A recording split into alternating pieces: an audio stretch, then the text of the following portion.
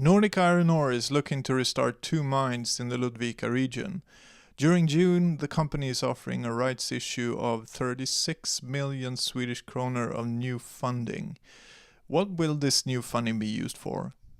Well, this new funding will be used to support the company completing the final stages of its feasibility study and the economic assessment.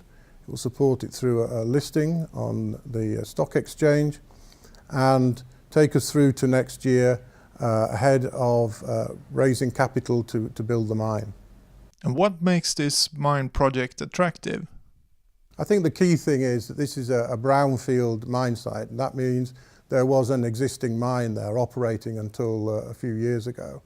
And that gives us a lot of underground infrastructure and surface infrastructure that we can capitalise on.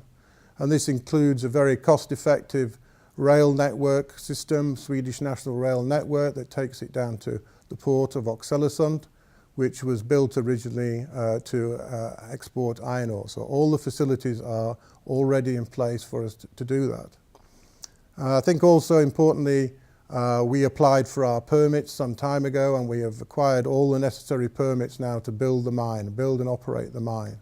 And this is a key issue in today's world.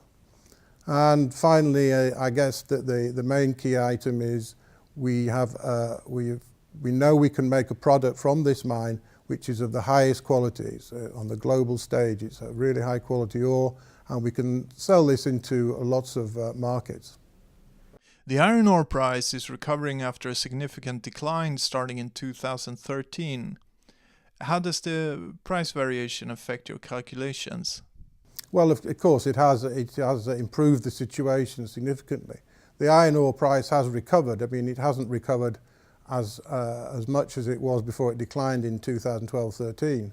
However, what is significant is that the premium paid for high quality ore has improved a lot in the last 2.5 years, where it was less than $1 a ton difference for 1% of iron.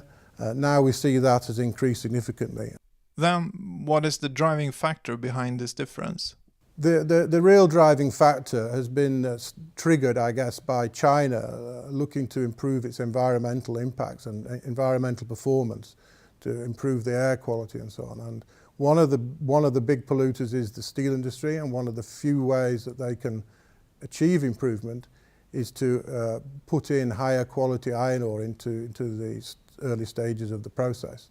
And therefore you don't have to melt as much waste material as previously. Given a positive outcome of the feasibility study, when will the company be ready to decide whether or not moving forward with the project in Ludvika? I'm sure that decision will be taken towards the end of the feasibility study, when we know what the economics are for the project, and it can be evaluated properly by banks and financial institutions and other investors. We would expect that decision to be made before the actual feasibility study is completely written up. But yeah, so we would expect that to be probably Q1 next year, 2019. And what's the estimated annual production once the mine is restarted? The average production is around 1.35, 1.4 million tonnes a year of product from this mine. That is quite a small mine for iron ore, but it is a high quality, niche product, so we think we'll have no problems in being able to sell that into the marketplace. And what's the estimated payback time for the investment? Our current calculations suggest it's around 5.5 years, but that will be concluded in the feasibility study when the full economic evaluations are made. But yeah, it's a reasonable payback time for this kind of project. US President Donald Trump is imposing protective tolls against imports of steel and aluminium. How do you think this will affect the iron ore market? In reality, very little. It will have some sentimental impacts on certain commodities, and obviously iron ore and alumina are one of those. But yeah, overall, I don't really think it'll have a big impact.